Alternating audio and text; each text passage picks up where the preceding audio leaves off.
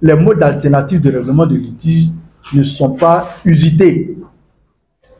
Je ne sais pas combien d'entre vous, avant de recevoir l'invitation pour venir ici, savaient l'existence de la CACI et savaient ce qu'on appelle les modes alternatifs de règlement de litige. Je ne sais pas combien. Donc, ces modes-là sont peu. Et ce n'est pas, je dirais,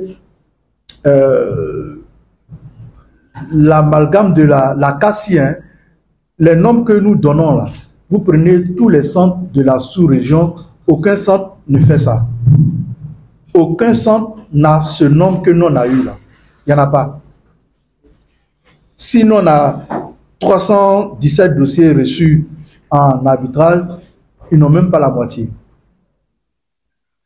Il n'y a pas longtemps, on a reçu le secrétaire général du centre d'arbitrage du Congo, Semako, quand il est venu faire son immersion chez nous à la CACI, quand on a fait la réunion pour faire le bilan des dossiers, il n'avait que 2 dossiers en activité chez lui.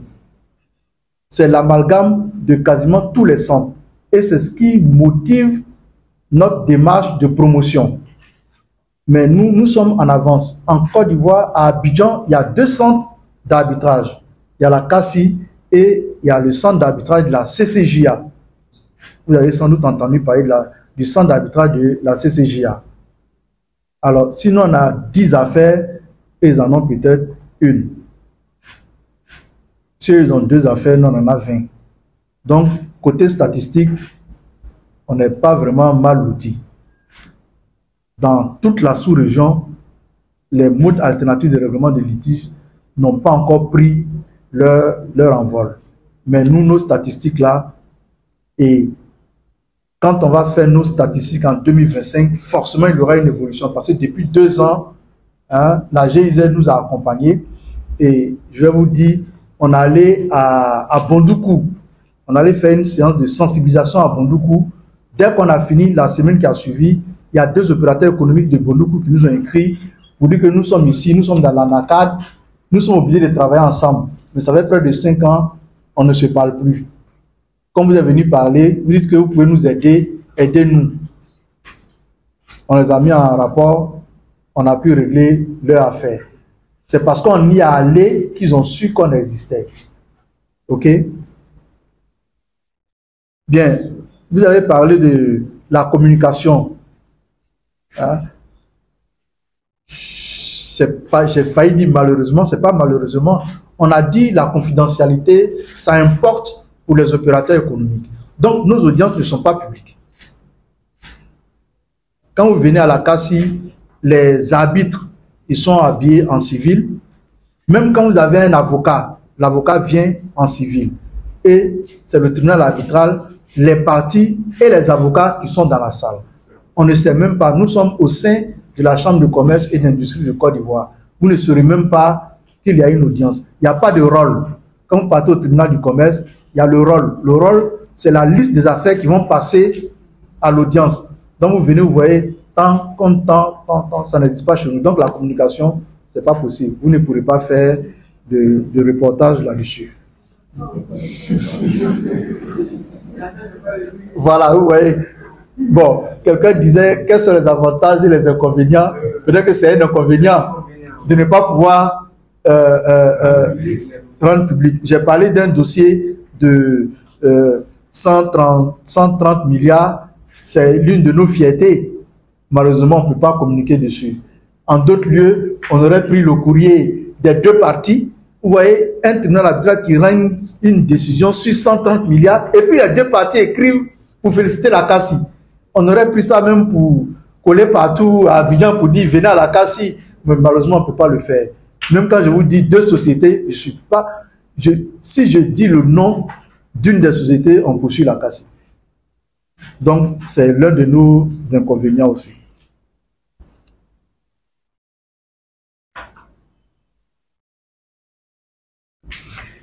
Bien, quelqu'un a demandé, est-ce que tous les Ivoiriens peuvent saisir la CACI? Est-ce que ce n'est pas une affaire de riches, etc. Bien, je l'ai dit, c'est une justice privée. C'est une justice privée et à ce titre-là, ça a un coût. Quand vous venez, on prend l'intérêt de votre litige pour calculer les frais. Mais je l'ai dit, c'est payé moitié-moitié. Il arrive des fois qu'on ait des dossiers et on se rend compte que si on veut appliquer le barème, ça ne va pas passer. Quelqu'un a un litige de 1 million, les frais font 500 000. Il n'y a pas intérêt à venir chez nous. Quand c'est comme ça, on saisit le conseil d'administration et puis on présente la situation. Le conseil d'administration peut prendre la décision de faire un abattement sur les frais. On a eu un dossier où non seulement le conseil d'administration a fait un abattement sur les frais, mais c'était un dossier de médiation. On a appelé le médiateur pour lui dire que c'est un cas. Voilà. Quand on calcule ses frais, ses honoraires, voilà ce qu'il doit avoir. Mais est-ce qu'il accepterait de faire cette médiation en ayant tel honoraire? Il a accepté et la médiation s'est passée. Voilà. Donc, ce n'est pas une question de riche. Et puis, je l'ai dit, il faut toujours relativiser les choses. Quand on dit de payer 2,5 millions d'un coup, vous estimez que si je vais au tribunal du commerce, je vais payer 50 000 francs pour frais d'enrôlement. 2 millions 50 000 francs. Non, je vais au tribunal du commerce. Ok, vous y allez. On renvoie dans 2 mois. Vous payez le transport, vous revenez. On renvoie encore dans 1 mois. Vous payez le transport, vous revenez. On renvoie. Pendant 1 an, vous gagnez. On va en appel. On renvoie. Vous gagnez. On va en cassation. On renvoie. Quand vous calculez tout ça là, vous mettez bout à bout. Vous vous rendez compte que si vous aviez payé 2,5 millions là, c'était mieux. Hein? Et puis, voilà. Quand on va rendre la décision là, on va l'enregistrer. La décision de justice, là, le jugement, là, il est enregistré en fonction de l'intérêt du litige. On paye l'enregistrement aux impôts. Quand vous calculez tout ça là, finalement, vous vous rendez compte que c'est pas cher. Voilà. Vous vous rendez compte que c'est pas cher. Voilà. Je vais parler un peu comme nos jeunes. Souvent, moins cher. Voilà. Bien, effectivement, il y a des procédures qui n'aboutissent pas. On a dit la médiation, c'est volontaire. Vous venez en médiation, si vous n'acceptez pas ce que l'autre propose, vous ne signez pas d'accord. Donc, il y a des dossiers qui n'aboutissent pas, effectivement, parce que les parties n'ont pas trouvé d'accord. Bien, pour les répertoires, ok, on fait un appel à candidature. Quand on doit faire la liste des médiateurs. Donc, ceux qui ont fait des formations en médiation, qui ont des certificats de médiateurs, etc., ils viennent, ils postulent. Et après examen, le conseil d'administration retient la liste. C'est la même chose aussi pour les arbitres. Hein? Il faut être juriste confirmé, il faut être praticien, etc. Après la candidature, vous venez, le conseil d'administration prend les dossiers, examine. Voilà, on se rend compte que vous, bon, voilà, on ne vous met pas dans notre répertoire. Voilà. Donc ça, le choix là, il est vraiment très strict. Il est vraiment très strict. Et je l'ai dit jusque-là, personne n'a encore entendu qu'il y a une sentence qui a été rendue à la CACI qui est sujette à caution. Voilà. Parce que véritablement, ceux qui mènent ces procédures-là sont des gens qui sont... Voilà. C'est des gens qui sont qualifiés, mais qui en plus sont compétents. Parce que nous, on fait la différence entre la qualification et puis la compétence. Hein? Professeur, là, on dit pour être médecin, il faut bac plus 8 ou bien bac plus 10. Quand tu as ça, tu as ton doctorat, tu as la qualification. Maintenant, la compétence, là, il y a des médecins, là, leur salle d'attente ne désemplit jamais. Voilà. Parce qu'ils sont compétents, ils sont reconnus comme tels. Il y a des avocats, des magistrats également aussi qui sont compétents. Donc, nous, on prend en compte la compétence. C'est vrai la qualification, mais surtout la compétence et puis l'intégrité. Voilà. Donc, nos choix-là sont... Bien. On a demandé aussi, est-ce que les faibles statistiques ne sont pas dues aux frais? Je pense pas. Je pense pas. Parce que déjà, quand on a signé la convention d'arbitrage, on sait que si on a un litige, il y aura des frais. Et puis, ici, les modes alternatifs de règlement de litige, les frais sont maîtrisés. En un coup, vous savez ce que toute la procédure va vous coûter. Donc, je ne pense pas que ce soit véritablement ça. Est-ce que la CACI veille à l'application des décisions? Non. Non. Quand vous avez un accord de médiation, je l'ai dit, vous pouvez l'homologuer. Si vous l'homologuez, vous allez exécuter ça comme une décision de justice. C'est comme quand le tribunal du commerce rend sa décision, ce n'est pas le tribunal du commerce qui veille à l'exécution de la décision. Le tribunal a rendu sa décision, c'est fini. C'est vous qui allez veiller à l'exécution. Si la confidentialité était violée par l'une des parties, en fait, il n'y a pas de... Les textes ne prévoient pas de sanctions. Voilà, en droit, il n'y a pas de sanctions sans texte. Les textes ne prévoient pas pour les parties. Mais par contre, si c'est le tribunal arbitral qui a violé la confidentialité, on peut engager, on peut rechercher la responsabilité des membres de ce tribunal-là. Si c'est la CACI qui a violé, on peut rechercher notre responsabilité en nous faisant payer des dommages et intérêts. Bien, on ne prête pas serment. Hein. Les parties ne prêtent pas serment, c'est une procédure civile. Tout comme elles ne prêtent pas serment aussi au civil. Voilà. Les procédures civiles, là, il n'y a pas de... On ne peut pas abjurer, on ne peut pas... Si vous mentez, c'est civil, c'est civil. Il n'y a pas de sanction. Bien, les modes alternatifs de règlement de litige, effectivement, on peut prendre des avocats. Vous venez en médiation, vous pouvez vous faire accompagner par un avocat. Mais la différence ici sera que le médiateur qui est un professionnel, il va plus s'intéresser à la partie qu'à l'avocat. Ce qui n'est pas le cas au tribunal. On a eu un dossier où il y a eu 8 aménageurs fonciers contre un ministère de la place. Problème, depuis 5 ans, ça ne se règle pas. Ils viennent en médiation, ils ont un avocat. Le ministère en question dit, bon, les terrains là, ça fait 5 ans, on a attribué ça à d'autres personnes. Donc, on va vous donner d'autres terrains. Les terrains étaient à Benjerville, on va vous donner des terrains à Songon. Les aménageurs ont commencé à réfléchir, tout et tout. L'avocat dit, non, non, non, pas question, on n'accepte pas. Le médiateur dit, non, maître, ce n'est pas à vous de répondre à cette question. C'est à vos clients, c'est eux qui sont intéressés. Ils disent non. Il a commencé entre lui et le médiateur, il y a eu des échanges. L'avocat vient me voir au bureau, il me dit, mais monsieur le secrétaire général, votre médiateur, ce n'est pas un médiateur, c'est pas... Il a commencé à... Je lui ai dit non, c'est un bon médiateur. Parce que les besoins des parties, là, c'est les besoins des parties.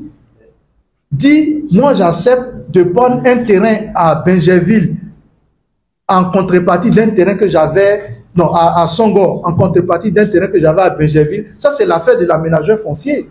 Maintenant, si c'est le contrat, vous dites, si vous mettez telle chose, c'est pas bon, juridiquement. Ça, c'est votre affaire.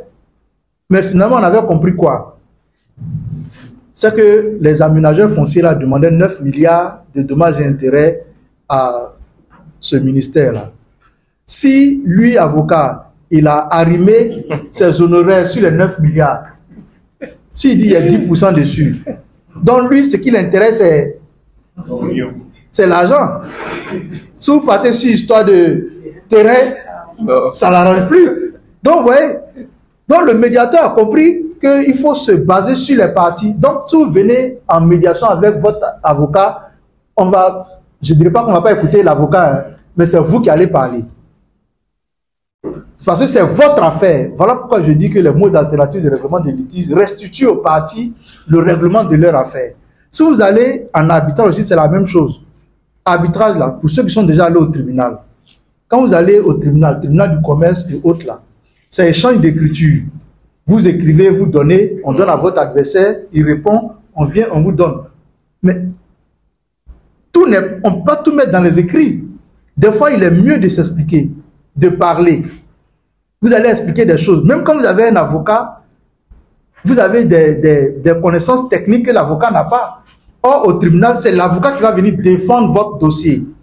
Souvent, il dit des choses, vous-même, vous n'êtes pas trop d'accord, mais c'est votre avocat, vous ne pouvez pas dire non, non, maître, c'est pas ce que je voulais dire. Oui, c'est pas comme ça qu'il faut présenter. Mais en arbitrage, même si vous avez un avocat, on va vous donner la parole. Et nous-mêmes, on conseille aux parties de prendre la parole. Donc, on peut toujours se faire assister d'un avocat. C'est mieux même de le faire. Vous avez dit que dans toutes les cours, il y a un président. À la CACI, on l'a dit, on a notre président du conseil d'administration, c'est le président de la CACI. Voilà, M. Tal Yakouba, c'est le président de la cour d'arbitrage de Côte d'Ivoire. Voilà. En fait, on a 4 organes. On a le conseil d'administration qui a le même rôle que tout conseil d'administration. Et puis, on a un secrétariat général qui est véritablement l'organe opératif de la CACI. Voilà.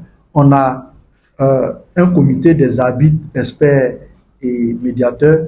Et puis, on a un organe très important qui est le comité technique. Je l'ai dit, pour ceux qui sont juristes, quand on rend une décision en première instance, on peut faire appel. On va à la cour d'appel qui va rejuger l'affaire. Donc, il peut rattraper l'erreur du tribunal de première instance. Quand la cour d'appel tranche, on peut aller en cassation qui peut rattraper l'erreur de la cour d'appel. Voilà pourquoi une décision rendue en première instance n'est pas définitive du coup. Mais en arbitrage, je l'ai dit, la sentence arbitrale est définitive dès qu'elle est prononcée. Donc, pour se prémunir contre des erreurs assez manifestes, on a un comité technique.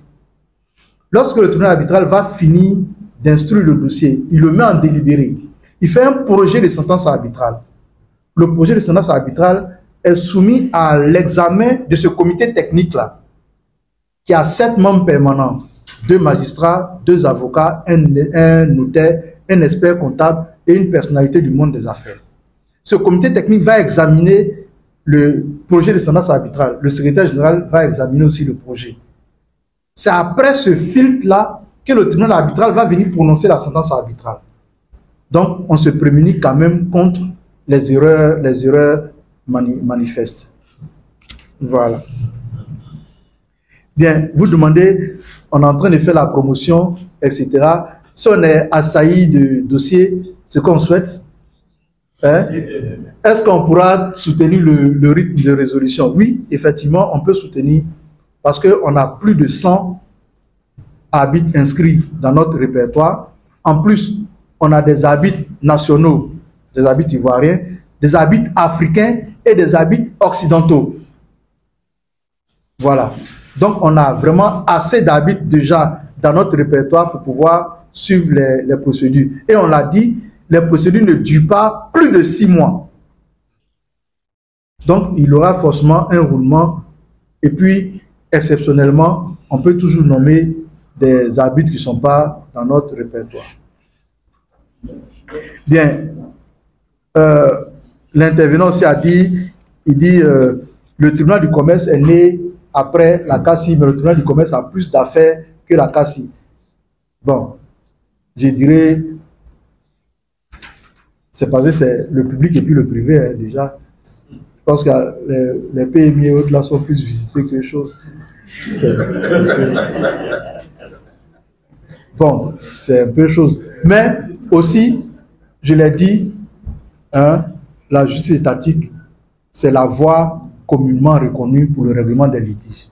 Quand vous avez un problème là, vous êtes formaté à aller à la justice étatique.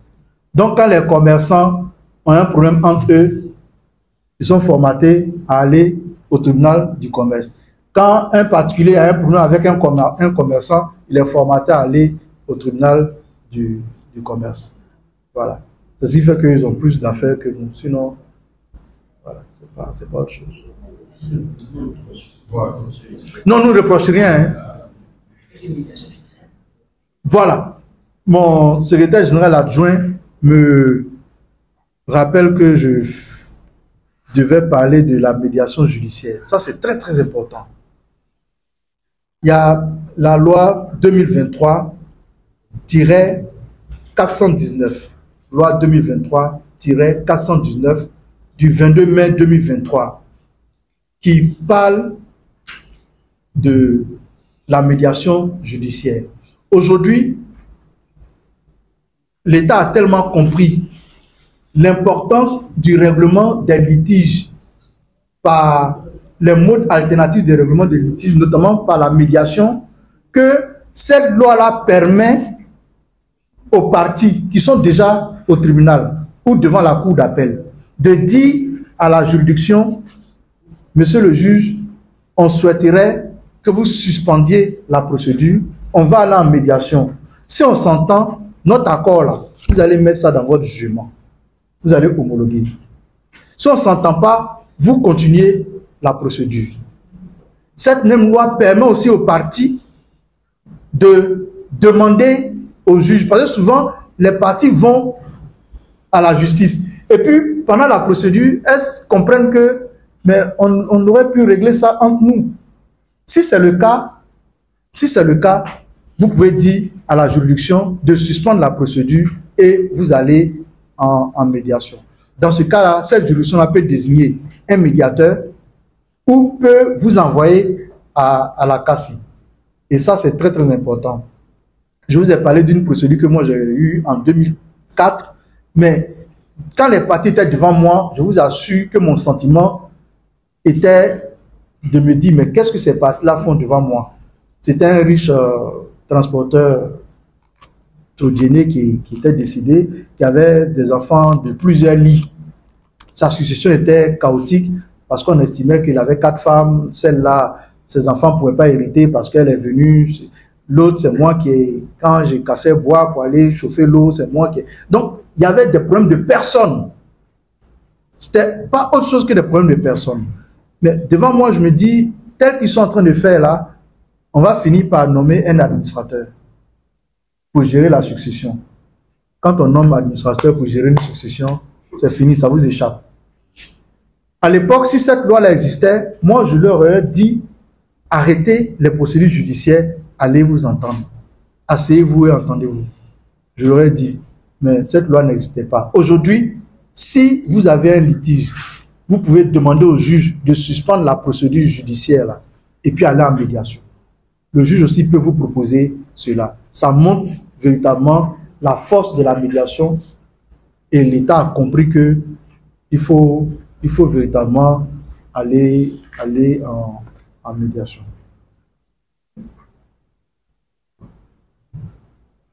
Bien, le président du conseil d'administration me demande de parler du code des investissements. Ça, c'est dans notre projet de promotion, d'information et de sensibilisation. Le code des investissements de Côte d'Ivoire, hein, c'est une ordonnance de 2019. C'est une ordonnance de 2019. Si vous tapez Code des investissements de Côte d'Ivoire, ordonnance de 2019, je n'ai pas le numéro de l'ordonnance à l'esprit. Voilà. L'article 50 de ce Code des investissements dit que lorsqu'un investisseur vient en Côte d'Ivoire, il doit opter pour le règlement des litiges. Pour avoir son agrément, il doit dire en cas de litige, j'irai à la justice étatique. Ou en cas de litige, je vais régler mon litige par la voie de l'arbitrage. Et dans ce cas, c'est la CACI. C'est ce que l'article 50 du Code des investissements de l'ordonnance de 2019 prescrit. Mais le souci, c'est que lorsque nos autorités signent des conventions, les investisseurs étrangers exigent qu'en cas de litige, ça se règle par l'arbitrage, ce qui est bien. Mais que ce soit l'arbitrage CCI, c'est l'arbitrage de la Chambre de commerce de Paris. Et malheureusement, c'est ce qui est dans nos contrats. Malheureusement, c'est ce qui est dans nos contrats. Donc, en parfaite violation de l'article 50 du Code des investissements. On ne peut pas imposer que le règlement des litiges par l'arbitrage se fasse à la CCI, qui est le centre d'arbitrage de Paris. On leur donne des affaires, nous on nous prive d'affaires. Voilà. Donc ça, nous sommes en train de nous battre pour que cet article 50 là soit respecté.